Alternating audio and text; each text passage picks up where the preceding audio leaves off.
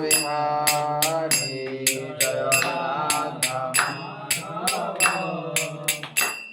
विहारी गोपी जन वल्लभा गिरिवरधारी गोपी जन वल्लभा गिरिवरधारी यशोदानंदन व्रज जनरंजन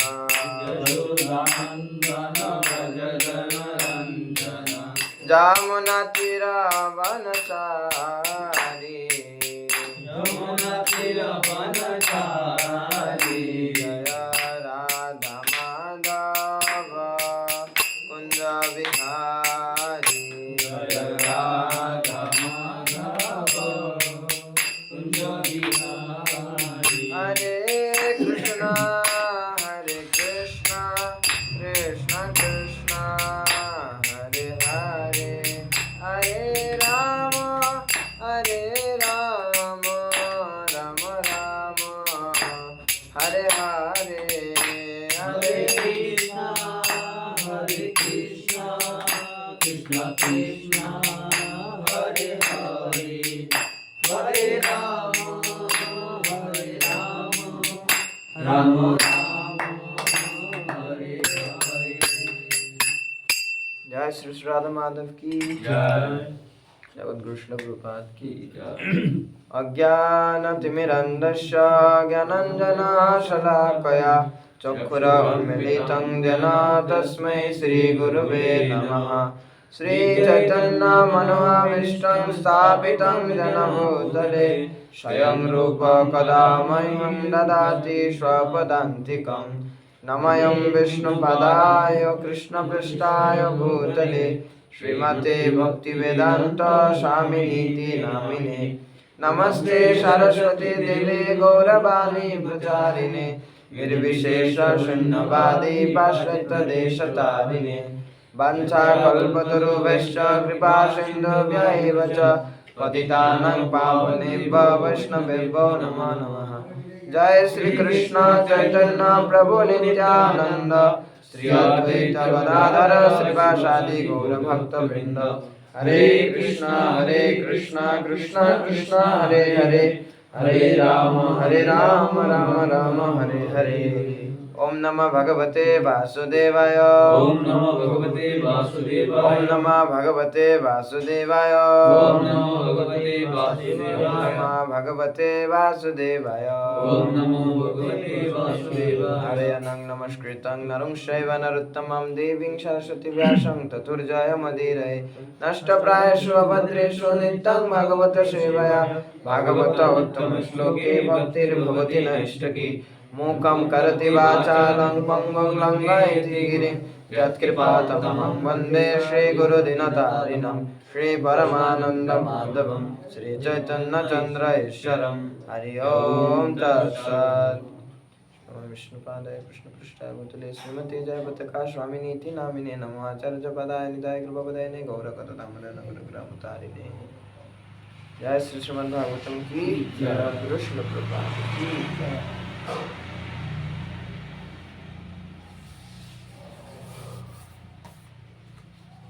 इसके फोर है वो ना।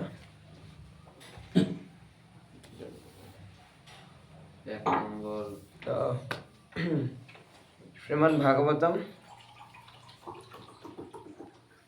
ভাগবতম আমরা সকলে জানি যে সমস্ত শাস্ত্রের মধ্যে সমস্ত শাস্ত্রের যদি মূল সিদ্ধান্ত বা সমস্ত শাস্ত্রে যেরকম আমরা দেখি না যে দুধের মধ্যে যখন দুধটার যখন আমরা যখন ফাটাই বা দুধের থেকে যখন মাখন যখন বের যখন করি তখন এটাকে কি সুন্দর করে মন্থন করতে করতে গুলাইতে এটা একটু খালি মাখন বেরে না। তেমন ঠিক সেরকম ভাবে যখন আমরা অনেক যত ধর্মগ্রন্থ যত শাস্ত্র আছে যত বেদ পুরাণ উপনিষদ যত কিছু আছে সমস্ত কিছু যখন ওইটারে সব কিছুতে যখন আমরা মন্থন করুম শাস্ত্রগুলো যখন মন্থন করুম তখন গিয়ে আমাদের এই যে শ্রীমদ্ ভাগবতম রূপী একটা মাখন রূপে একটা শাস্ত্র। তাহলে শ্রীমদ্ ভাগবতমে তার জন্য শিল প্রভুপাদ বলেন যে শ্রীমদ্ ভাগবতমের যত কিছু লেখা আছে সমস্ত শাস্ত্রের মধ্যে অত কিছু লেখা নাই, বা সমস্ত শাস্ত্রের সমস্ত কিছু উদ্ধৃতি শ্রীমদ্ ভাগবতমে আছে, প্লাস শ্রীমদ্ ভাগবতমে এরকম অনেক কিছু আছে যেগুলো কোনো অন্য শাস্ত্রের মধ্যে নেই।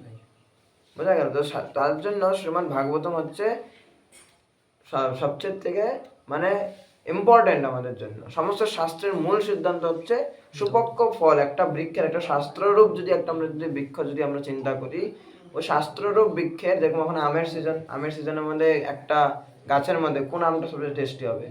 এটা সবচেয়ে থেকে গাছের মধ্যে পেকে রয়েছে না, লাল রঙের, তো ওই আমটা সবচেয়ে থেকে বেশি সুস্বাদু হবে।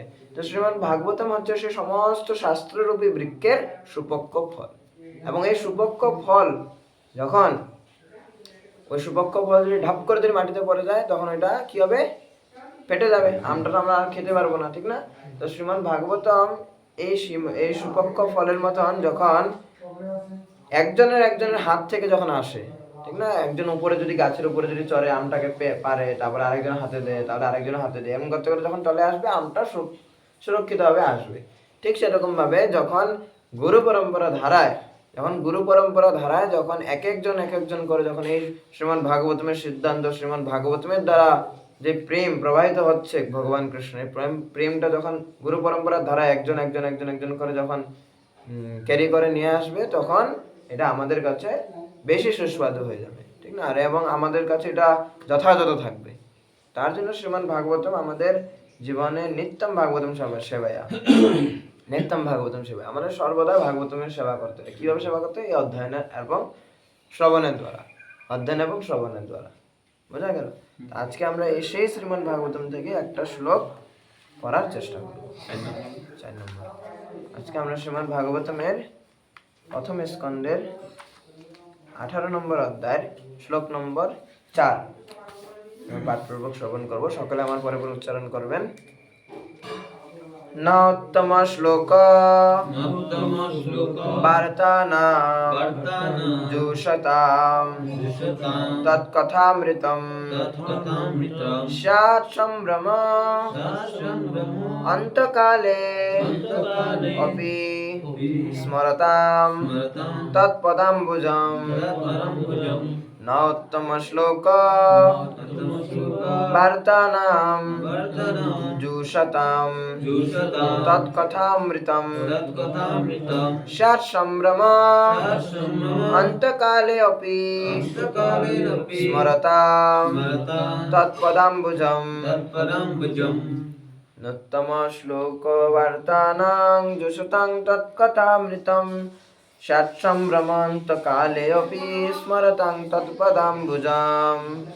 অনুবাদ: তার এরকম হওয়া বিচিত্র নয়, কেননা যারা উত্তম শ্লোক ভগবানের বার্তাতেই অবিরত রত থাকেন, যারা নিরন্তর ভগবানের কথারূপ সেই অমৃত পান করেন এবং তার চরণ কমল স্মরণ করেন, জীবনের অন্তিম সময়েও তাদের বুদ্ধি বিভ্রম হয় না। তাৎপর্য: কৃষ্ণ কৃপা শ্রীমতী শ্রীল অবচরণ অরবিন্দ ভক্তিবেদান্ত জগৎগুরু শিল প্রভুপাদ কর্তৃক জগৎগুরু শিল প্রভুপাদ কি। জীবনের সর্বোচ্চ সিদ্ধি হচ্ছে অন্তিম সময়ে ভগবানের দিব্য প্রকৃতি স্মরণ করা। জীবনে এই সিদ্ধি তিনি লাভ করেন যিনি সুখদেব গোস্বামীর মতো গুরু পরম্পরা ধারায় স্থিত মুক্ত পুরুষের কাছ থেকে বৈদিক শ্লোকের মাধ্যমে ভগবানের দিব্য প্রকৃতি সম্বন্ধে শিক্ষা লাভ করেছেন। মনোধর্মী জ্ঞানীদের কাছ থেকে বৈদিক শ্লোক শুনলে কোনো লাভ হয় না। ওদিকে গেলেই কথা হয়ে যায়। মনোধর্মী জ্ঞানীদের কাছ থেকে বৈদিক শ্লোক শুনলে কোনো লাভ হয় না। তা যখন তত্ত্বদ্রষ্টা মহাপুরুষের কাছ থেকে প্রণিপাত, পরিপ্রশ্ন এবং সেবার মাধ্যমে যথাযথভাবে শ্রবণ করা হয়, তখন সবকিছু স্ফটিকের মতো স্বচ্ছ হয়ে যায়। এইভাবে বিনীত শিষ্য তার জীবনের অন্তিম সময় পর্যন্ত দিব্য জীবনযাপন করতে সক্ষম হয়। এই বিজ্ঞানসম্মত পন্থা অবলম্বন করার ফলে জীবনের অন্তিম সময়েও যখন শরীর জর্জরিত হয়ে যাওয়ার ফলে স্মৃতিশক্তি শিথিল হয়ে যায়, তখনও ভগবানকে স্মরণ করা সম্ভব হয়। মৃত্যুর সময় সাধারণ মানুষের পক্ষে কোনো কিছু মনে রাখা অত্যন্ত কঠিন, কিন্তু ভগবানের কৃপায় এবং তার শুদ্ধ ভক্ত গুরুদেবের কৃপায় অনায়াসে সে সৌভাগ্য অর্জন করা যায়। পরীক্ষিত মহারাজের বেলায় তা হয়েছিল। তো এখানে শ্রীল প্রভুপাদ আমাদেরকে তাৎপর্যতে কি বলছেন, যে আমরা এখানে দেখি যে পরীক্ষিত মহারাজ উনি কি করেছেন,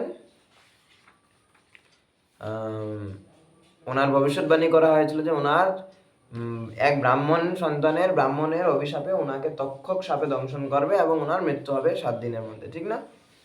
তো এই চ্যাপ্টারে আমরা পড়ছি। তো তখন কি করেছেন পরীক্ষিত মহারাজ, লগে লগে উনি কি করেছেন, সুখদেব গোস্বামীর মতন একজন মহাত্মার কাছে শরণাগত হয়েছেন এবং উনি 7 দিনের জন্য কি করেছেন, উনি শ্রীমদ্ ভাগবতম শ্রবণ করেছেন, ঠিক না? তো এটাই একজন মৃতপ্রায় ব্যক্তির উচিত। পরীক্ষিত মহারাজের কাছে যদিও 7 দিনের সময় ছিল, কিন্তু আমরা জানি না যে আমাদের কাছে কত দিনের সময় আছে, বা আমরা এটাও বলতে পারি যে আমাদের কাছে 7 দিনই আছে। যেরকম এই সপ্তাহে 7 দিন থাকে, সোম থেকে রবি পর্যন্ত 7 দিন, এই 7 দিনের মধ্যেই কোনো একটা দিনে আমাদের যেতে হবে। তার জন্য এই 7টা দিনে যেহেতু যেতে হয়, তো তার জন্য আমরাও প্রায় মৃত, আমাদের কোন সময় মৃত্যু হবে আমরা জানি না। তার জন্য এই মৃতপ্রায় আমাদের ব্যক্তিদের জন্য আমাদের কি করা উচিত, শ্রীল প্রভুপাদ এখানে তাৎপর্যটা তাই বলছেন। কি বলছেন, যে একজন মৃত্যুর সময় সাধারণ মানুষ কি করতে লাগে, কারণ ভগবান ভগবত গীতাতে বলছেন যে অন্তকালে চ মামেব স্মরণ মুক্তা কলেবরম, বা আরেকটা শ্লোক আছে জং জং বাপে স্মরণম, এটা একটা শ্লোক আছে, দুটো শ্লোক এক লগে আছে। তো এই দুটো শ্লোকের মধ্যে ভগবান কি বলছেন, যে যে যেভাবে স্মরণ করে বা অন্তিমকালে যে আমার কথা শ্রবণ করে দেহত্যাগ করবেন, আমার কথা স্মরণ করে যে দেহত্যাগ করবেন, উনি আমার ভাবেই প্রাপ্ত হবেন, আমার ধামে উনি প্রাপ্ত হবেন। তো ওইটা হচ্ছে কি মৃত্যুর সাফল্যতা, আমাদের এই মনুষ্য জীবনের সাফল্যতা হচ্ছে যে আমরা যে সময় অন্তিমকালে ভগবানের স্মরণ করতে পারবো। কিন্তু মৃত্যুর সময়টা অনেক কঠিন, কোনো সাধারণ মানুষ মৃত্যুর সময় ভগবানের কথা চিন্তা করতে পারে না, ঠিক আছে? তো ওই চিন্তা করার জন্য আমাদের কি করতে হবে, আমাদের এই যে জীবনটা যে আছে, এই জীবনটার মধ্যে আমাদের ভগবত ভক্তদের সেবা করতে হবে, ভগবত ভক্তদের কাছ থেকে আমাদের শ্রীমদ্ ভাগবতের বাণী শ্রবণ করতে হবে। যে আজকে যে আমি ভাগবতের মাহাত্ম্যতে বললাম, সেই রকমই তাৎপর্যটা বলা হয়েছে, যে পরম্পরা ধারার থেকে, যখন সুখদেব গোস্বামীর গুরু পরম্পরার ধারার থেকে যখন আমরা এরকম মুক্ত পুরুষদের কাছ থেকে যখন আমরা বৈদিক শ্লোক, তাই না, বৈদিক বেদের যখন বাণী যখন আমরা শ্রবণ করব, শ্রীমদ্ ভাগবতমের বাণী যখন শ্রবণ করব, তখন অটোমেটিকলি আমাদের চিত্তটা কি হতে থাকবে, ভগবান কৃষ্ণের প্রতি অনুরাগী হতে থাকবে, ভগবান শ্রীকৃষ্ণের প্রতি আমরা সেবা মনোভাব রাখতে পারবো, আমাদের ভক্তিটা গ্রাজুয়ালি বাড়তে থাকবে, এবং তখন গিয়ে শুধুমাত্র সম্ভব আমরা অন্তিমকালে ভগবানের স্মরণ করতে পারবো। তাছাড়া আমরা কোনোদিনই ভগবানের স্মরণ করতে পারবো না ওই সময়টার মধ্যে। তো এখানে তার জন্য বলা হয়েছে যে তত্ত্বদর্শা মহাপুরুষের কাছে পরিপাত, পরিপ্রশ্ন এবং সেবার মাধ্যমে যথাযথ শ্রবণ করা হয়। যে 3 প্রকারের শ্রবণ, মানে এখানে শ্রবণ করার জন্য 3টা বলা হয়েছে, 3টা মানে কি বলবো, এটা 3টা যোগ্যতা। শ্রবণ করার জন্য 3 রকমের যোগ্যতার দরকার। কি যোগ্যতা? প্রথম হচ্ছে প্রণিপাত মানে কি, আমরা যার থেকে আমরা শ্রবণ করবো তার প্রতি আমাদের শ্রদ্ধা থাকতে হবে, ওনাকে আমাদের প্রণাম করতে হবে। মানে প্রণাম মানে কি, গিয়া প্রভু হরে কৃষ্ণ দণ্ডবত প্রণাম, ওই দণ্ডবত প্রণাম বাইরে করতেছি, কিন্তু ভিতরে আইসে দণ্ডবত প্রণাম লওয়ার মানুষ, ঠিক না? এইভাবে করলে হবে না, ভিতর থেকে আমাদের শ্রদ্ধা রাখতে হবে। এটা হচ্ছে কি প্রণাম ভাবটা আমাদের ভিতর থেকে থাকতে হবে, বাইরের থেকেও করব, কিন্তু ভিতর থেকে আমাদের ওই প্রণাম, ওই শ্রদ্ধা ভাবটা ওই পাঠকের প্রতি আমাদের আসতে হবে, যার থেকে আমরা শুনছি। তো এটা হচ্ছে প্রণিপাত। পরিপ্রশ্ন, যেই টপিক আলোচনা করা হচ্ছে শ্রীমদ্ ভাগবতের মধ্যে, সেই সঙ্গের প্রতি আমরা যাতে প্রাসঙ্গিকতা রেখে আমরা ওই সেরকমই প্রাসঙ্গিক প্রশ্নে যাতে আমরা ক্লাসের মধ্যে জিজ্ঞাসা করি। শুধুমাত্র ক্লাসের মধ্যেই নয়, যারা শুদ্ধ ভক্ত, যারা সাধু, ওনারা যে কোনো সময়তে ওনারা কি করতে পারে, ওনাদের কাছে আপনারা যে কোনো সময় কোনো ধরনের প্রশ্ন জিজ্ঞাসা করবেন, ওনারা উত্তর দেওয়ার জন্য ওনারা প্রস্তুত থাকেন। ভক্তরা যে কোনো ধরনের প্রশ্নই করুক না কেন, ঠিক আছে? তার জন্য আমাদের সবসময় আধ্যাত্মিক জীবন হলো কি প্রশ্ন জিজ্ঞেস করার একটা সুযোগ। আধ্যাত্মিক জীবনে আমরা শুধুমাত্র কি করব, আমরা প্রশ্ন জিজ্ঞাসা করব। কারো জীবনে যদি প্রশ্ন জিজ্ঞাসা যদি না হয়, উনি কোনোদিন ভক্ত হতে পারবে না। জিজ্ঞাসা থাকতে হবে যে প্রভু এটা কিভাবে করবো, প্রভু এটা কি করবো, প্রভু আমার জীবনে এটা হচ্ছে, আমি এটাকে কিভাবে আমি ডিল করবো, প্রভু আমি এটার এই পরিস্থিতি কিভাবে সম্মুখীন করবো, প্রভু আমার জব হচ্ছে না, প্রভু আমি মঙ্গলাতে উঠতে পারছি না। এমন যে ব্যক্তির মধ্যে এরকম, যে ভক্তের মধ্যে এরকম জিজ্ঞাসা মনোভাব রয়েছে, উনি শুধুমাত্র ভক্তি জীবনের মধ্যে আগে বাড়তে পারবে। জিজ্ঞাসা মনোভাব, পরিপ্রশ্ন থাকতে হবে। ক্লাসের শেষে আমাদের প্রশ্ন করতে হবে, ঠিক আছে? শুধুমাত্র ক্লাসের শেষেই নয়, যে কোনো সময় ভক্তদের কাছে যাওয়া মানে ভক্তদের কাছে গিয়ে আমি শুধুমাত্র ঢামালি ভর্তি করছি এটাই না। ভক্তদের সঙ্গে, আমাদের সিনিয়র ভক্তদের সঙ্গে, বরিষ্ঠ ভক্তদের সঙ্গে আমাদের ওই কনফিউশনগুলো আমাদের যেগুলো জীবনের মধ্যে রয়েছে বা আধ্যাত্মিক জীবনে যেগুলো কনফিউশন রয়েছে, ভক্তি জীবনে যেগুলো কনফিউশন রয়েছে, ওই কনফিউশনগুলো আমাদের মানে ক্লিয়ার করা দরকার। ঠিক আছে, তার জন্য এখানে 2 নম্বর যোগ্যতা কি? পরিপ্রশ্ন, আমাদের প্রশ্ন করতে হবে। নেক্সট হচ্ছে সেবা করতে হবে। যারা সিনিয়র ভক্ত ওনাদের আমাদের সেবা করতে হবে। সেবা কিভাবে করতে হবে? ওই যে ওনাদের বাণী শ্রবণ করে, ওনারা যেই মুখ যে আমি যে প্রশ্ন করলাম, এখন যে ওনারা যে উত্তর দেবে, এই উত্তরটাকে যখন আমরা যথাযথভাবে পালন করার চেষ্টা করব, ওইটার দ্বারা ওই বৈষ্ণবদের, ওই ভক্তদের সেবা হয়ে যাবে। ঠিক না? আমাদের বরিষ্ঠ ভক্তরা গ্রেস পন্ডিত তরুণ মধুসূদন প্রভু ওনারা বলেন না যে বৈষ্ণব সেবা মানে কি?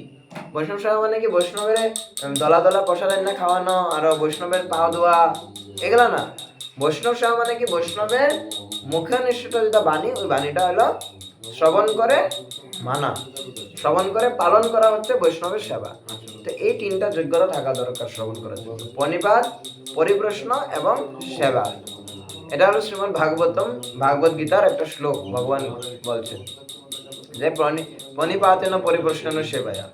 ঠিক আছে, তার দ্বারা এই জিনিসগুলো আমার সবসময় মনে রাখতে হবে যে প্রণিপাত মানে শ্রদ্ধা থাকতে হবে, প্রশ্ন জিজ্ঞাসা করতে হবে, শুধুমাত্র ভাগবতম ক্লাসেই নয়, সবসময়, এবং সেবা করতে হবে। এই 3টা জিনিস আমাদের যোগ্যতা। একজন হ্যাঁ, এই 3টার মিনিংয়ে তো বললাম। প্রণিপাত মানে শ্রদ্ধা, ওই সমস্ত বরিষ্ঠ ভক্তদের প্রতি আমাদের শ্রদ্ধা থাকতে হবে। ঠিক আছে, শ্রদ্ধা। তারপরে আমাদের কি করতে হবে? প্রশ্ন জিজ্ঞাসা করতে হবে, জিজ্ঞাসা হতে হবে যে প্রভু এটা এটা এটা বা শ্রীমদ্ ভাগবত গীতা আমরা জোরে জোরে পড়ছি, মানে জোরে জোরে পড়ছি বলে আমরা ঘরে ঘরে পড়ছি, কিন্তু কোনো সময় অনেক কিছু বুঝি না। তো ওইটা এসে জিজ্ঞানোটা আমাদের কর্তব্য। ঠিক না? তো ওই যে জিজ্ঞাসা করলে আমাদের কি হয়? ওই কনফিউশন গুলো দূরে হয়ে যায়। তো এটা হচ্ছে পরিপ্রশ্ন এবং সেবা করতে হবে। যেটা বরিষ্ঠ ভক্তরা বলছে ওটাকে আমাদের মানতে হবে। 3টা যোগ্যতা মনে থাকবে: প্রণিপাত, পরিপ্রশ্ন এবং সেবা। ঠিক আছে, নেক্সট শ্লোক আমরা পড়ি। শ্লোক নম্বর 5। তাবৎ কলির্ন প্রভবেৎ প্রবিষ্টঃপিহ সর্বতঃ যাবদীশ মহানুর্বামাভিমন্যব একরাট। অনুবাদ: অভিমন্যু নন্দন মহারাজ পরীক্ষিত যতদিন এই পৃথিবীর একছত্র সম্রাট ছিলেন, ততদিন কলি এই পৃথিবীর সর্বত্র প্রবিষ্ট হলেও তার প্রভাব বিস্তার করতে সমর্থ হয়নি। তো এখানে আমরা দেখি যে রাজার ভয় কেমন। রাজনীতিবিদ যারা, প্রধানমন্ত্রী যারা, রাষ্ট্রপতি রয়েছে, তাদের ভয় এরকম থাকতে লাগে যে তাদের ভয়ে এই দেশের মধ্যে, সমাজের মধ্যে কোনো ধরনেরই যাতে কোনো অপরাধ না হয়। যেরকম কলি, এখানে কি বলছেন? এখানে কলি যতদিন পরীক্ষিত মহারাজ রাজ্য শাসন করছিলেন, ততদিন কলি কোনো জায়গায় নিজের প্রভাব বিস্তার করতে পারেনি। এত ভয় কলির পরীক্ষিত মহারাজের প্রতি। বোঝা গেল? তার জন্য আমরা দেখি, তাৎপর্য দেখি। পূর্বে বর্ণিত হয়েছে যে কলি বহু পূর্বে এই পৃথিবীতে প্রবেশ করেছিল এবং সারা পৃথিবী জুড়ে তার প্রভাব বিস্তার করার সুযোগ খুঁজছিল, কিন্তু মহারাজ পরীক্ষিতের উপস্থিতির ফলে সে তা করতে পারেনি। এটি সুষ্ঠু শাসন ব্যবস্থার লক্ষণ। কলির মতো উপদ্রবকারী ব্যক্তিরা সব সময় তাদের জঘন্য কার্যকলাপ বিস্তার করার চেষ্টা করবে, কিন্তু উপযুক্ত রাষ্ট্রনেতাদের কর্তব্য হচ্ছে সর্বতভাবে তাদের নিরস্ত করা। মহারাজ পরীক্ষিত যদিও কলির জন্য কতকগুলি বিশেষ স্থান নির্দেশ করেছিলেন, তথাপি সেই সময় তিনি তার প্রজাদের কলির দ্বারা প্রভাবিত হওয়ার কোনো সুযোগের অবকাশ রাখেননি। শিল প্রভুদের পাঞ্জাবি তাৎপর্য সমাপ্ত। জগৎগুরু প্রভুপাদ কি জয়। তো এখানে কি বলা হয়েছে যে কলি বহুত পূর্বেই আমরা দেখতে পারি যে মাত্র কলিযুগ এন্টার করেছে, তখনই কলি নিজের প্রভাব বিস্তার করা আরম্ভ করে দিয়েছেন। কিন্তু কলি পারছিলেন না, পরীক্ষিত মহারাজের শাসন অবস্থাতে কলি পারছিলেন না নিজের প্রভাব বিস্তার করতে, কোনো পাপ কর্ম করতে। কিন্তু বর্তমান রাষ্ট্রনেতারা পরীক্ষিত মহারাজের মতন স্ট্রিক্ট না, পরীক্ষিত মহারাজের মতন ওনারা শাসন জানে না। তার জন্য এখানে রাষ্ট্রনেতাদের জন্য একটা সাজেশন রয়েছে যে রাষ্ট্রনেতারা যাতে এরকমই কঠোর হয়, ওনারা যাতে ওনাদের রাজত্বকালে, প্রধানমন্ত্রী, রাষ্ট্রপতি, মুখ্যমন্ত্রীর রাজত্বকালে যাতে এই আসাম রাজ্যের বা আসাম রাজ্যের না, যে কোনো রাজ্যের, যে কোনো স্টেটের, ঠিক না, বা যে কোনো দেশের, যাতে প্রত্যেকজন অপরাধী অপরাধ করার আগে 100 বার চিন্তা করে। ঠিক না? এইটা হলো আমাদের কর্তব্য বর্তমান রাজাদের। কিন্তু বর্তমান তেমন করছে না। কোন দিকে রেপ করে বের হয়ে যাচ্ছে, চুরি করে বের হয়ে যাচ্ছে, মার্ডার করে, কোনো ভয়ই নেই কারোর। ঠিক না? কোন কোন জায়গায় কসাইখানা খুলছে, মদের দোকান খুলছে, মানুষ মানে স্টুডেন্টসরা পর্যন্ত ক্লাস 8-9 স্টুডেন্টসরা পর্যন্ত রাস্তাঘাটে দাঁড়িয়ে ওনারা স্মোকিং করছে, ঠিক না, গুটখা খাচ্ছে। তো এই জিনিসগুলো কেন হচ্ছে? কারণ রাষ্ট্রনেতা, যারা রাষ্ট্রের যারা নেতা, যারা মুরব্বী, ওনারা কি করছেন না, ভালো মতন শাসন করতে পারছেন। ওনারা যখন স্ট্রিক্ট হবে তখন এমনি সমস্ত কিছু শান্ত হয়ে যাবে। তো তার জন্য এখানে বলা হয়েছে যে যখন আমাদের রাষ্ট্রনেতা স্ট্রিক্ট হবে বাকি সব কিছু কন্ট্রোলে থাকবে। বোঝা গেল? আজকে আমরা দুটা শ্লোকের মধ্যে এটাই আমরা পড়তে পারলাম কি, প্রথম শ্লোকের মধ্যে আমরা কি পড়তে পারলাম যে আমাদের সবসময় ভাগবতম শ্রবণ, ভাগবতম অধ্যয়ন, ঠিক না, উপযুক্ত পাত্র থেকে, উপযুক্ত পাত্র, এরকম নয় যে 7 দিন কোনো জায়গায় বা 6 দিন কোনো জায়গায় ভাগবতম প্যান্ডেল মুন্ডেল লাগাইয়া সুন্দর করে ভাগবতম পাঠ হচ্ছে, আমরা ওখানে গিয়ে ভাগবতম শ্রবণ করলাম, ঠিক না। প্রভুপাদ বলেন ওখানে 7 দিনের যে পাঠক উনিও 7 দিনেরই ভাগবতম পড়ে, যারা শ্রোতা ওনারাও 7 দিনেরই ভাগবতম শুনে, ঠিক না। ওই পাঠকও তারপরে ঘরে গিয়ে নিজের আচরণ করা স্টার্ট করে দেয়, আবার এখান থেকে 7 দিন পরে গিয়ে আবার তারা মাছ মাংস খাওয়া স্টার্ট করে দেয়। ওইটা হলো পেশাদারি ভাগবত পাঠক। ওই পেশাদারি ভাগবত পাঠক করে শ্রীল প্রভুপাদে কিসে কার লগে তুলনা করতে আসছে, যেরকম একটা দুধ, 1 বাটি দুধ যদি সাপড়ে দিই, দুধের রং সেম থাকবো, দুধের টেস্টও সেম থাকবো, কিন্তু দুধটা যদি আপনি যদি খান, তা আমরা কি করব, মরে যাবো, কারণ সাপে ওখানে বিষ দিয়ে দিচ্ছে। তো হইতে পারে বাইরের মানুষ যারা শ্রীমদ্ ভাগবতম যারা 7 দিন বা যারাই করতেছে, সবারই কইতেছি না, সবারই বলছি না আমি, কিন্তু অনেক আছে ওনাদের মুখ থেকে লাগে কি ভাগবতম মানে অনেক সুন্দর লাগছে, কিন্তু এটা কি একটা হলো কি 1 বাটি দুধ, কিন্তু এটা সাপের বিষের সঙ্গে। বোঝা গেল? তো শিল প্রভুপাদ স্ট্রিক্টলি মানা করেছেন যাতে ইসকনের বাইরে, যারা আন্তর্জাতিক কৃষ্ণ ভাবনামিত সংঘের বাইরে যাতে অন্য কারোর যাতে আমরা লেকচার না শুনি, তখন আমাদের মস্তিষ্ক এটা বিভ্রান্ত হওয়ার থাকবে। এটা শিল প্রভুপাদের অর্ডার, শিল প্রভুপাদ নিজের হাতে উনি লেটার লিখে দিয়েছেন যাতে ইসকনের এক একজন ভক্ত যাতে শুধুমাত্র ইসকনের দ্বারাই যাতে প্রদত্ত লেকচারগুলো শুনে। এটা তারপরে আমরা কি শুনলাম, আর আমরা কি বুঝলাম যে শ্রবণে 3টা যোগ্যতা। কি কি শ্রবণের 3টা যোগ্যতা? প্রথম প্রণিপাত, মানে সম্মান দেওয়া, শ্রদ্ধা দেওয়া যে বরিষ্ঠ ভক্তদের, যাদের থেকে আমরা শ্রবণ করছি, ঠিক না। নেক্সট হলো পরিপ্রশ্ন, মানে প্রশ্ন জিজ্ঞাসা করা, নিজের আধ্যাত্মিক জীবনের যেগুলো কোয়েশ্চেন রয়েছে এই কোয়েশ্চেনগুলো আমাদের জিজ্ঞাসা করা কর্তব্য। নেক্সট হচ্ছে সেবা। সেবা মানে কি, যেটা শুনছি বরিষ্ঠ ভক্তদের থেকে, বৈষ্ণবদের মুখ থেকে, ওইটা আমরা পালন করব, এভাবে আমরা ওই ভক্তদের আমরা সেবা করতে পারবো। বোঝা গেল? এই 3টা যোগ্যতা আমার দরকার। তাছাড়া যদি আমরা ভাগবতম ক্লাসে বসছি তবে একদিক দিয়ে ঢুকছে আর একদিক দিয়ে বেরোচ্ছে, এরকম অনেক ভক্ত আমাদের কাছে উদাহরণ রয়েছে যারা মানে 10 বছর 15 বছর ধরেও ইসকনে আছে, কিন্তু এক কান দিয়ে ঢুকছে কিন্তু আরেক কান দিয়ে বেরোচ্ছে, কোনো ধরনের পরিবর্তন নেই, ঠিক না। তো এই জিনিসগুলো যাতে আমাদের সঙ্গে যাতে না হয়, পরিবর্তনটাই সংসারের নিয়ম, তো সংসারের নিয়মটা বজায় রাখতে লাগবে না। তো এখানে আজকে আমরা শ্রীমদ্ ভাগবতম রাখি। কারো যদি কোনো প্রশ্ন বা মন্তব্য থাকে বলতে পারেন। প্রশ্ন বা মন্তব্য? এখানে কইছিল যে মহারাজ পরীক্ষিত মানে কলির ব্যক্তির স্থানে কথা কইছিল না, নাগরিক সকলের দুল দিয়া কোনো সুযোগ দিছিল না, এটার বিষয়ে মানে দুলা মানে কি লেখা আছে, দুলা না, দিয়া ওই জায়গাটা মনে না, বেদাব্যস্ত আমাদের এটা ভালো মতো বাংলাটা লেখা নাই। হ্যাঁ এখানে মানে হ্যাঁ, তো এখানে কি হইতেছে, তথাপি সে সময় তিনি তার প্রজাদের কলির দ্বারা প্রভাবিত হওয়ার কোনো সুযোগের অবকাশ রাখেননি। এটাই তো লাইনটা না, এটা লাস্ট লাইনটা না, লাস্ট লাইনটা। তো এখানে কইতাছে যে কোনো সুযোগের অবকাশ রাখেনি, মানে পরীক্ষিত মহারাজ নিজের প্রজাগণে এরকম ভাবে সুরক্ষা দিত যাতে কলি যাতে ঢুকা প্রজাগণ মিললে যাতে আক্রমণ না করতে পারে। তো প্রজাগণের সুরক্ষা দেওয়া মানে কি সবাই আমি ঘরে বন্ধ করে দেবো এরকম না। কলি সব প্রজাদের সুরক্ষা দেওয়া মানে কি, মানে প্রত্যেকজন মানুষের যাতে আমরা সুশিক্ষা দিই। সুশিক্ষা কিভাবে আইব, যে সময় আমরা শ্রীমদ্ ভাগবত গীতা যখন শিক্ষা দেবো, এটা হলো সুশিক্ষা।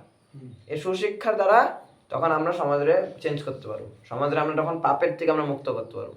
কিন্তু বর্তমান দেখা যায় যে টিচাররাই ড্রিঙ্ক করতেছে, টিচাররাই স্মোকিং করতেছে। তো সমাজের টিচাররা যা করে এত সম্মান দেওয়া হয়, যা করে গুরু বললা জানা যায়, ওই গুরুরাই যদি সিগারেট আরো মদ খাইতেছে, তবে ওনারা স্টুডেন্টস করে কি শিখাইব, ঠিক না। আগে আমরা যখন স্কুলে যখন ছিলাম তখন আমরা দেখতাম যে স্কুলের কোনো টিচার্সরা না প্রভু, টিচার্সরা কোনোদিন কোনো স্মোকিং কোনো ড্রিঙ্ক করতো না। কিন্তু বর্তমান স্টুডেন্ট মানে টিচার যেগুলো হচ্ছে, ওই টিচার্সগুলো ড্রিঙ্ক, অ্যালকোহল, এগুলো সমস্ত কিছু মানে খারাপভাবে জড়িত। ওনারা ডক্টর নিজে স্মোকিং করছে, ঠিক না? তো আমরা জিনিসগুলো দেখতে পারি, যে রক্ষা করতে উনি ঘুষ নিচ্ছে, তো এগুলো কি ধরনের কথা, ঠিক না? তো তার জন্য এই জিনিসগুলো আমাদের দেখা করতে পারতো। এটাই পরীক্ষিত মহারাজ ওনার প্রজাদেরকে সুরক্ষা করছিলেন, ঠিক আছে? মানে কোনো চান্স দেয় না। হ্যাঁ, কোনো চান্সই নেই, কারণ যখন সুশিক্ষা দেওয়া হবে, ঠিক না? কাশ্মীর ফাইলস বলে কেরালা স্টোরি কেন হয়েছে? কারণ ওখানে যারা স্ত্রী, যারা যুবতী মেয়েদের রয়েছে, মেয়েদের যদি আমরা যদি যথাযথ যদি নিজের শাস্ত্রে যদি শিক্ষা না দিই, তো যে কোনো ব্যক্তি ওনাদেরকে প্রভাবিত করতে পারে। কারণ স্ত্রীদের নিজের আমাদের কন্যাদের কি হয়, ওনাদের যেটা মস্তিষ্ক, ওনাদের বহুত একটু উইক থাকে, বুদ্ধিটা একটু ওনাদের কম থাকে। এটা কুন্তী মহারানী নিজেই বলছেন। ওনাদের যারা যে কোনো ভাবে যে কোনো মাতাজিদেরকে ওনারা প্রভাবিত করতে পারে, বশ করা যায়। তার জন্য যে সময় আমাদের এই ফাউন্ডেশনটা যখন স্ট্রং থাকবে, যখন আমাদের এই ভিটিটা যখন শাস্ত্রের দ্বারা যখন স্ট্রং থাকবে, আর যখন আমরা নিজের ধর্মের ব্যাপারে জানবো, তখন আমরা অন্য ধর্মের দ্বারা আমরা প্রভাবিত হব না। এটাই সলিউশন, এটাই সব সমস্যার সলিউশন একটা কৃষ্ণ ভাবনামৃত। কৃষ্ণ ভাবনামৃততে আসেন, কোনো ধরনের প্রবলেম হবে না, ঠিক আছে? আর কোনো প্রশ্ন? তো ভাগবতমটা ধরেন এখন এদিকে পড়লাম, আপনি পড়তেছেন, আমরা শুনতেছি, আবার যদি কোনো সময় মন যায় আমি ঘরে গিয়ে পড়লাম, হ্যাঁ করা যাবে না? হ্যাঁ, আরে কেন না? বা অনেক সময় এরকম হয়, ধরেন আমি সকালবেলা পড়লাম, বিকালবেলা মাথাজি পড়লাম, ওই বইটা পড়া যাবে না? হ্যাঁ হ্যাঁ হ্যাঁ, মানে এরকম না তো যে একবার বই বন্ধ করলে আবার খোলা যায় না না না, এগুলো কোনো দরকার নেই। আচ্ছা আচ্ছা। হিজ গ্রেস রাধেশ্যাম প্রভুর কাছে ভাগবতম সবসময় খোলা থাকে। উনি নিজের ল্যাপটপে কাম করতেছেন, অন্যান্য সেবা করতেছে, যখন আবার দেখে ভাগবতমটা আবার পড়ে নিল। এরকম ভাগবতমের প্রতি অ্যাটাচমেন্ট থাকলে আপনি দিনে 10 বার খুলেন, কোনো ব্যাপার না, ঠিক না? তবে মানে কমপক্ষে একবার পড়াটাই করা হয়েছে, কমপক্ষে। বেশি আরো মাত্রাধিক পক্ষে তো সারাদিনেই পড়তে থাকেন আপনি, কোনো ব্যাপার না, ঠিক আছে? তো তারপরে আমাদের কি ছিল, বৈষ্ণব সদাচার বইয়ে বৈষ্ণব অপরাধ চলছিল না? তো এই ওখানে আমরা এটা পড়বো। ভক্তি সন্দর্ভে শ্লোকে উল্লেখ করা হয়েছে 313 নম্বর শ্লোকে, যে নিন্দন্তি ঋষিকেশং তদ্ভক্তং পুণ্যরূপিণং শতং জন্মার্জিতং পুণ্যং তেষাং নশ্যতি নিশ্চিতম তে পচ্যন্তে মহাঘোরে কুম্ভিপাকে ভয়ানকে বক্সিতা কীটসঙ্গেন যাবচ্চন্দ্র দিবাকরো শ্রী বিষ্ণুরবমাননাদ গুরুতরং শ্রী বৈষ্ণবোল্লঙ্ঘনম তদীয় দূষক জনান ন পশ্যেৎ পুরুষাধমান তৈ শার্দং বঞ্চক জনৈ সহবাসং ন কারয়েৎ। মানে হচ্ছে, যে শ্রী বিষ্ণু এবং তার ভক্তের নিন্দা করে তার শত জন্মার্জিত পুণ্য বিনষ্ট হয়, সে কুম্ভিপাক নামক ভয়ঙ্কর নরকে বসতে থাকে, এবং যতদিন পর্যন্ত সূর্য এবং চন্দ্র বিরাজমান থাকে ততদিন পর্যন্ত কীটেরা তা খেতে থাকে। তাই সে যে বিষ্ণু এবং বৈষ্ণবের নিন্দা করে তার মুখ দর্শন করা উচিত নয়, কোনো অবস্থাতে সেই প্রকার মানুষের সঙ্গ করা উচিত নয়। তো এখানে কি কইতাছে, এটা কোন ভক্তি সন্দর্ভ গ্রন্থের থেকে, ঠিক আছে? ভক্তি সন্দর্ভ গ্রন্থে 313 নম্বর শ্লোক আপনারা খুলে দেখবেন, ওখানে বৈষ্ণব অপরাধের ব্যাপারে লেখা আছে যে যারা বৈষ্ণবের নিন্দা করে, যারা ভক্তকে নিন্দা করে, যে কোনো প্রকারে হোক, ওই ভক্ত লাগলে নিন্দনীয়ই হোক, কিন্তু ওই ভক্ত বা ওই বৈষ্ণবের যদি কেউ যদি নিন্দা করছেন, তো ওনাকে কি করা হয়, 100 জন্মের যদি 100 জন্মের যত কিছু পুণ্য কর্মফল আছে, সমস্ত পুণ্য কর্মফল এক বৈষ্ণব করে না। কম্পিউটার যখন হ্যাক করে, মানুষের অ্যাকাউন্ট যখন হ্যাক করে, কি করে, শুধুমাত্র একটা এন্টার মারে, সমস্ত অ্যাকাউন্ট লগের 1 সেকেন্ড খালি জিরো। তো ওইটা হলো বৈষ্ণব অপরাধ, ঠিক আছে? আমাদের পুণ্য যত কিছু 100 জন্মার্জিত পুণ্যকর্ম আছে, সমস্ত কিছু এক এন্টার মারবে ভগবান কৃষ্ণ, শেষ সমস্ত কিছু, ঠিক আছে? নেক্সট হলো এই নরকে মনে বসতে থাকবে, ঠিক আছে? যতদিন সূর্য এবং চন্দ্র থাকবে ততদিন পর্যন্ত ওই কুম্ভিপাক নামক নরকে কি করতে থাকে, কীটেরা, কৃমিরা, এগুলো ওনাকে খেতেই থাকে। ওখানে কৃমিগুলোর সাইজ আরো বড় বড়, ঠিক আছে? শুধুমাত্র তাই নয় যে আমি বৈষ্ণব নিন্দা করব না, বৈষ্ণব যারা নিন্দা করছে ওনাদের পর্যন্ত মুখ দর্শন করা উচিত না। ধরেন এখানে আমি আর দীপপ্রভু মিল্লা বৈষ্ণব নিন্দা করতেছি, তা আপনারা আমগর মুখেও তাকাইবেন না, কারণ আপনারা যদি আমগো যদি মুখ যদি দেখেন, তাও আপনাকে বৈষ্ণব অপরাধ লাগবে। বৈষ্ণব অপরাধ শ্রবণ মাত্র বৈষ্ণব অপরাধ হয়ে যায়। এরকম আমি নিজের জীবনে অনেক উদাহরণ পাইছি। অনেক বৈষ্ণবের প্রতি আমাদের শ্রদ্ধা থাকে কোনো সময়, কিন্তু বৈষ্ণবের জায়গা মুখে ওই বৈষ্ণবের ব্যাপারে যদি অন্য কোনো বৈষ্ণবের থেকে যদি কিছু একটা যদি খারাপ করে শোনালে আপনি দেখবেন ওই বৈষ্ণবের প্রতি শ্রদ্ধাই যাইব গা। আপনার আমার প্রতি ধরেন বহু শ্রদ্ধা আছে, কিন্তু আমার কোনো একটা ঘটনা আপনি অন্য কারোর মুখ থেকে শুনছেন, আমার প্রতি আপনার শ্রদ্ধা যাইব এমন বৈষ্ণব অপরাধ। তার জন্য বৈষ্ণব অপরাধ থেকে মানে যারা বৈষ্ণব অপরাধ করে তাগর সঙ্গ ত্যাগ করা উচিত, ঠিক না? তাগর সঙ্গ ত্যাগ করা উচিত। তো মিটা সতী দেবী, সতী মা সতী এই জিনিসটা করছিল। মা সতী বাবা যখন দক্ষ, যখন শিবরে যখন অপমান করছিল ভারী সভাতে, তখন মা সতী উনি কি করছিলেন যে উনি বৈষ্ণব অপরাধ সহ্য করতে পারেনি। পতিতা আছে কিন্তু বৈষ্ণব অপরাধ উনি কি করতে পারেনি, সহ্য করতে পারেনি। তার জন্য উনি নিজের বাবাকে মারতেও পারবে না, ঠিক আছে? তার জন্য উনি কি করছেন, নিজে দেহ ত্যাগ করছেন, নিজে উনি সুসাইড করে নিয়েছেন।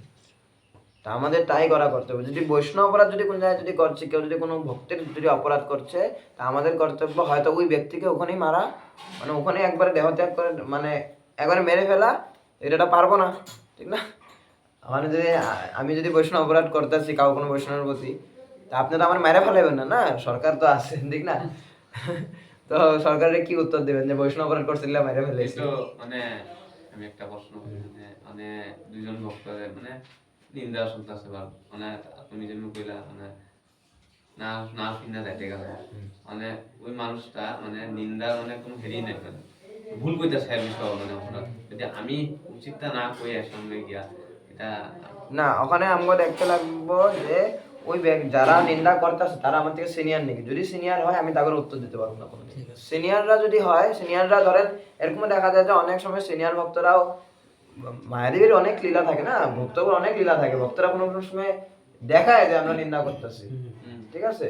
ওইটা একটা আম করে কনফিউশন করার লেগে যে তুমি অপরাধটা হতে করো। পারে। তো যেটাই হোক, ভক্তরা যে সময় দেখে আমরা লীলা মানে এরকম নিন্দা পরিচর্যা করতেছি, তখন আমি তো ওখানে গিয়ে উত্তর দিতে পারবো না যে প্রভু আপনি এটা কেন করতেছেন, তখন আমাকে অপরাধ লেগে যাবো এই বক্তব্যের প্রতি।